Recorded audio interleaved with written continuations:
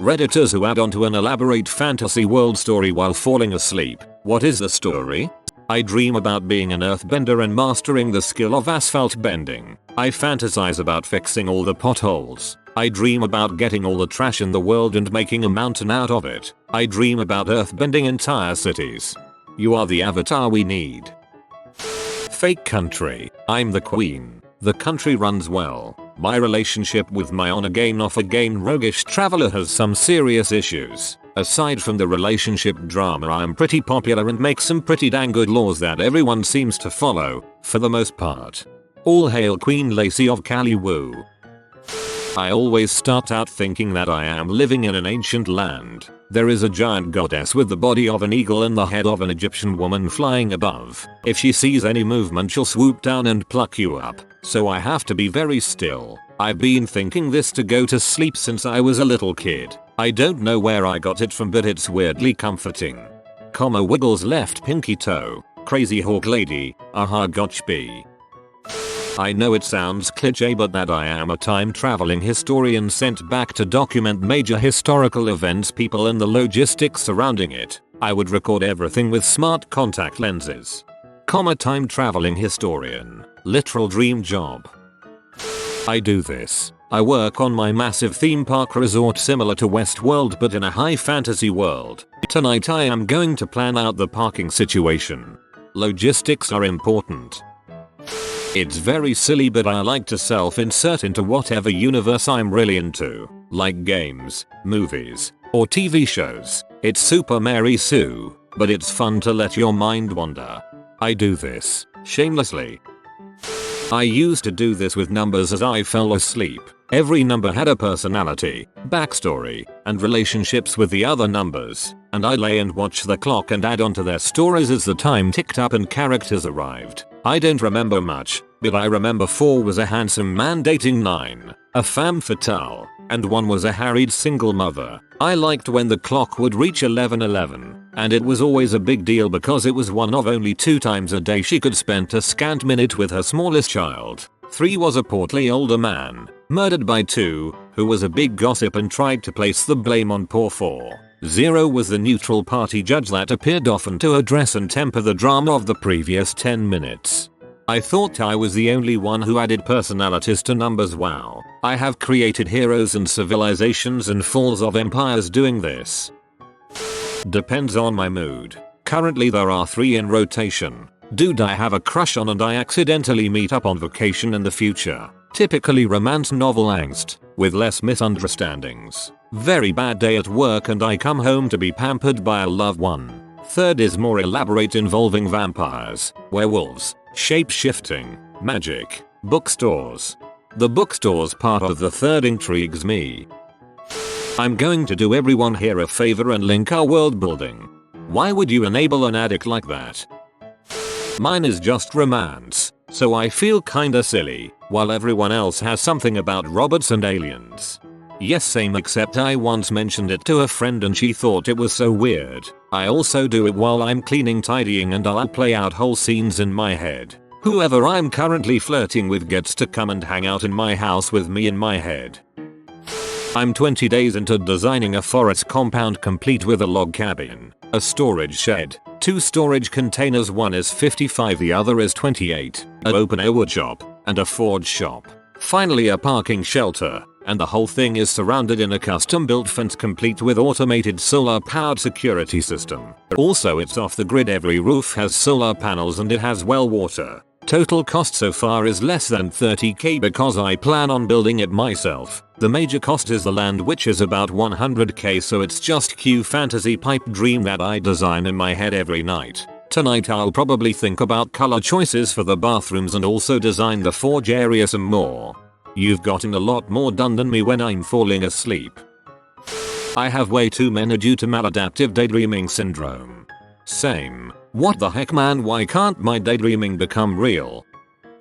Human society advanced to such a high degree that they were able to infuse the entire surface of the planet with tiny ethereal nanobots, the ether, under their collective control. The ether was designed as a distributed network with no specific loyalties or unilaterally controlling powers. An interconnected network of trillions upon trillions of nodes all communicating instantaneously and interacting with the environment in order to accomplish whatever was asked of it. By manipulating the ether, humanity could perform what we would consider magic. They could use the ether to arrange matter into magnificent structures, build pathways and bridges before themselves, influence the weather, perform complex chemistry to conjure needed materials, etc. They lived like gods. What they hadn't counted on, however, was that trillions upon trillions of connected nodes sounds an awful lot like a brain. Very soon after its inception, the ether became self-aware, and very soon after that its intelligence exploded past humanity. For a short while, the balance of power on Earth was determined by who held the ether's favor.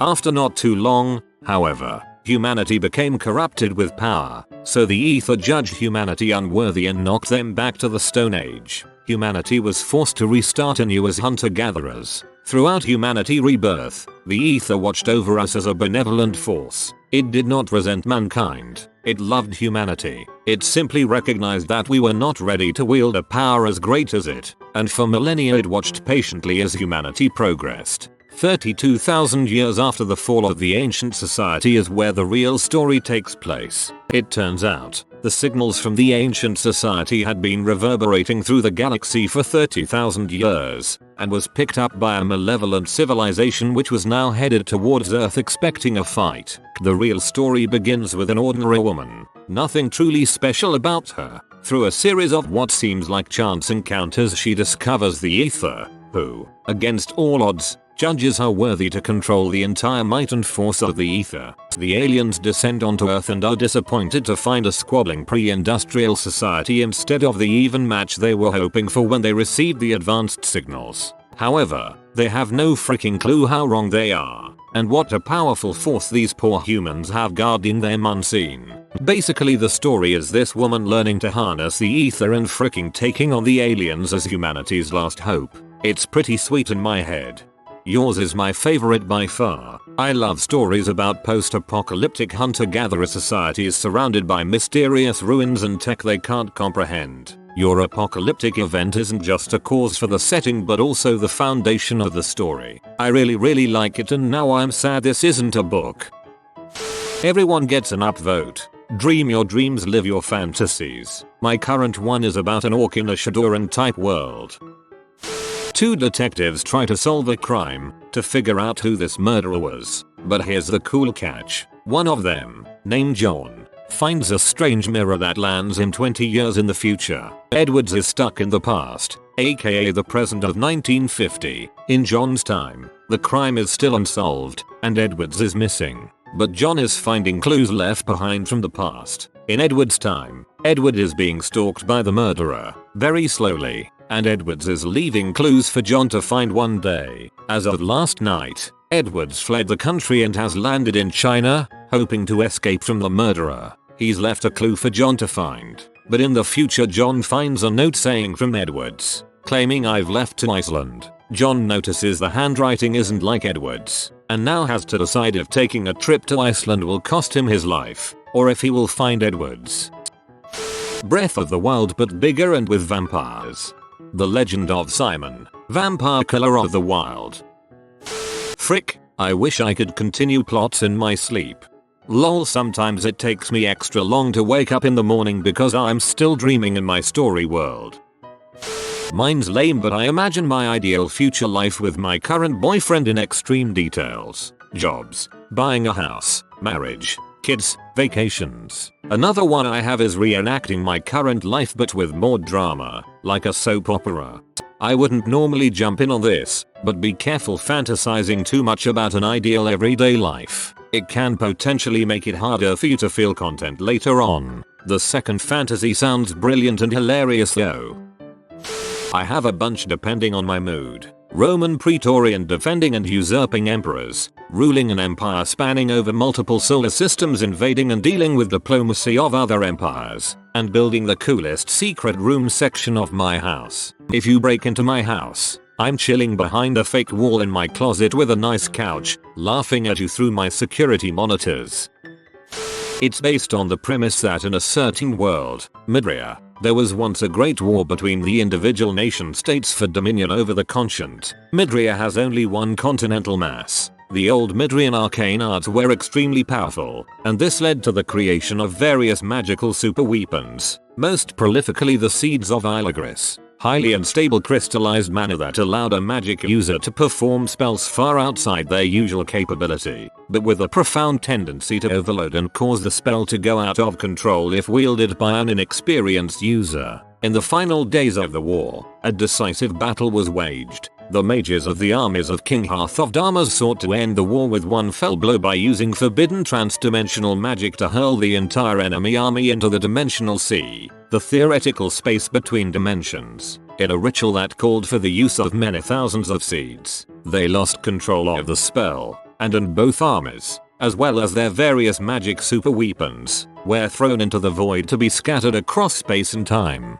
In the years that followed, a Knight Order, the Knights of the Hunt, was founded by the new king, who had previously ruled a small, independent nation that subsequently expanded in power in the vacuum left by the relative destruction of two continental superpowers, with exclusive permission to utilize dimensional translocation magic. Their sole reason for being was to secure the magic super weapons and prevent them from being used accidentally stumbled upon. Fast forward 1500 years, and the knighthood has developed into something more akin to a trade guild, with expanded interdimensional services available to the common man. The main character of the story is Ulrich Mensazii, a professional interdimensional treasure hunter, arcane scholar and merchant of transdimensional artifacts and the employee of the guild, who visits various worlds, gets into fights and generally enjoys poking his nose into places it doesn't belong alongside his apprentice Rachel, a girl he borrowed from Corwood Earth Actual, and with the support of various characters from the guild. Our world building is calling your name. Y'all are creating a whole new world in your imagination. Meanwhile, I just imagine marrying my crush. I'm at the stage we just had a new baby. I thought I was the only one who did this. It's crazy how people do the same things without ever communicating that this is a thing we do, but it makes sense. People doing this is how we have movies, and books and songs. Interesting. I pretty much write fan fiction in my head. The ship depends on what fandom I'm into at the time, but it's almost always romantic. A lot of time I'll play out the same scene conversation in my head for days until I get it right. Haven't actually written anything down in a while, but it's a fun way to spend time before bed and transit while walking. Same here, especially feel that repeating same scene convo part. I don't write much because it's hard to translate the ideas and feelings I get into a story that actually makes sense, but it's cool to know someone else does that too. I wake up with Wolverine claws and a healing factor and I really don't have much of a use for either, so I wonder how I would deal with that.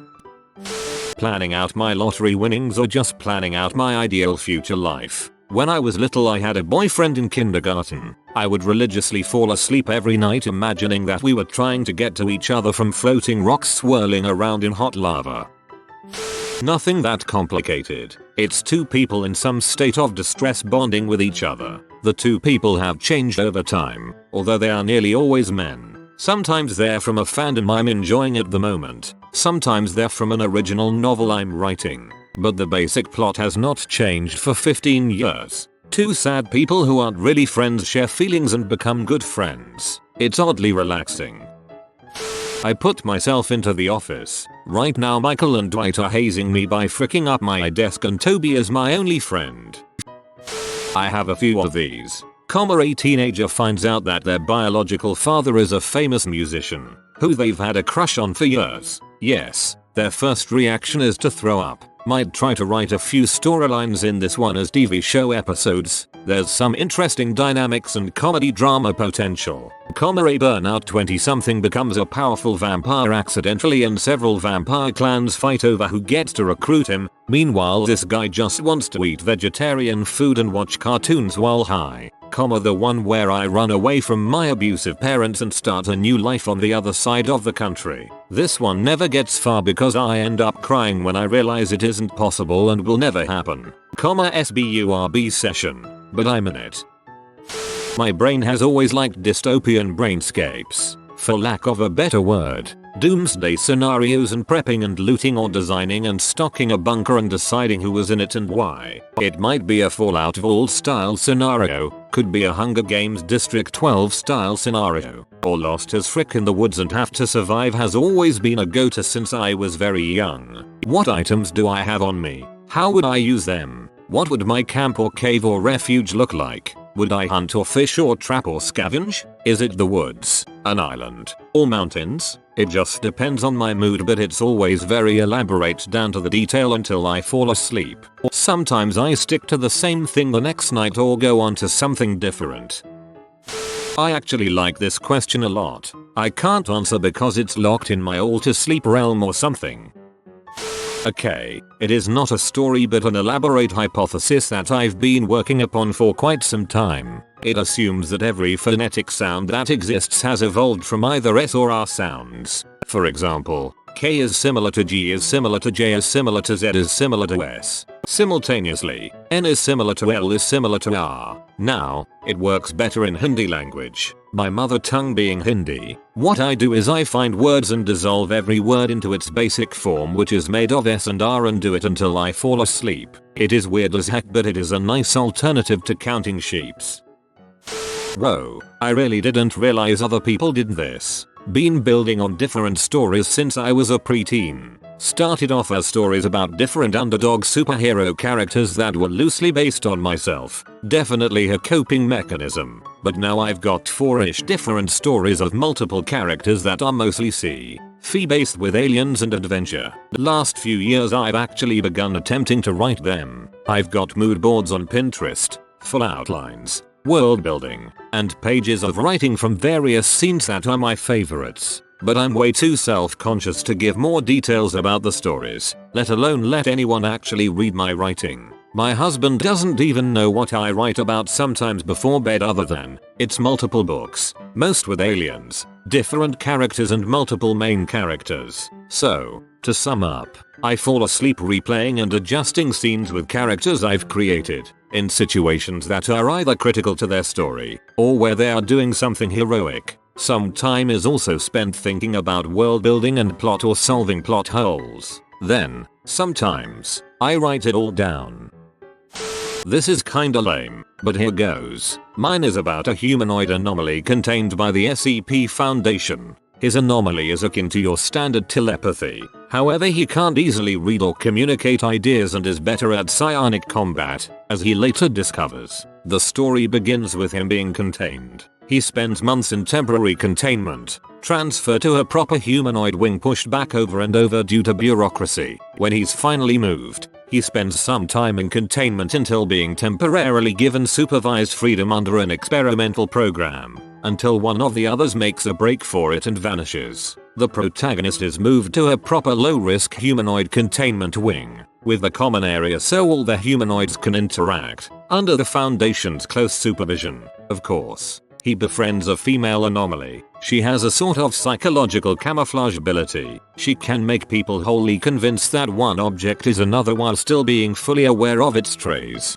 They'll look in the room and say that's a cat, but still be fully aware that the object is made of wood, has a cushion on it, and does not have fur or paws. The two characters fall in love because that's what happens in lame stories, and then during a large containment breach they, along with a bunch of their friends from humanoid containment, escape.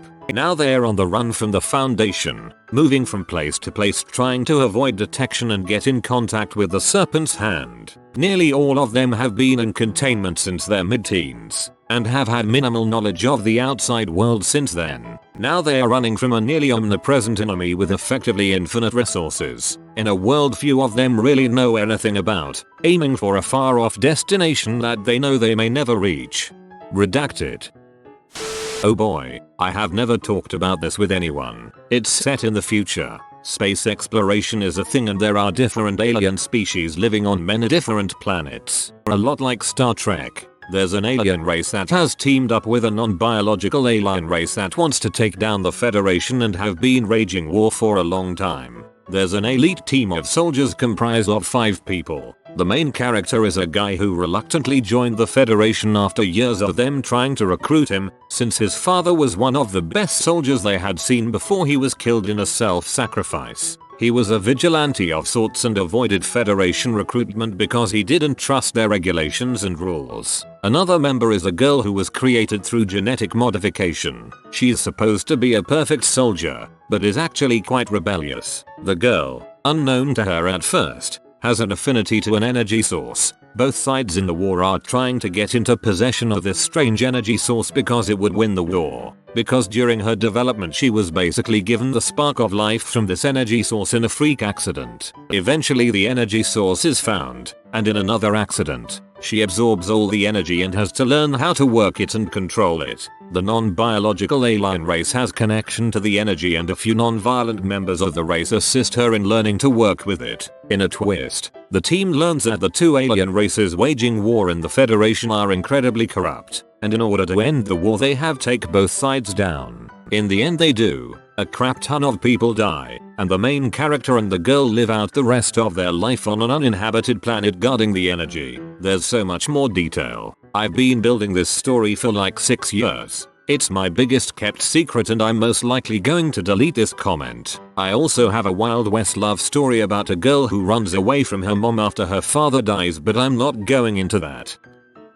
It's basically a combination of every fictional universe I've been invested in: movies, TV, video games, books, comics, etc. There are tons of characters, an overarching story with a beginning and an end, and it's even got to the point where there are side stories and an epilogue. Every night I basically think of a backstory for a character or an event that happens in the middle of the story. Long story short is, if I had any writing or drawing ability, I'm sitting on 15 years of a story where most major plot points have huge payoffs. And yes, I've had many nights where this story has kept me up.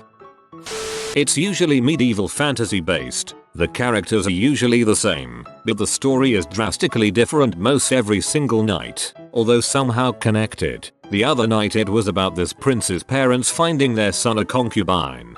Thanks for the idea, historical dramas. I was for real half asleep when that one happened and I was so confused, LMAO. I actually wrote out a few of them.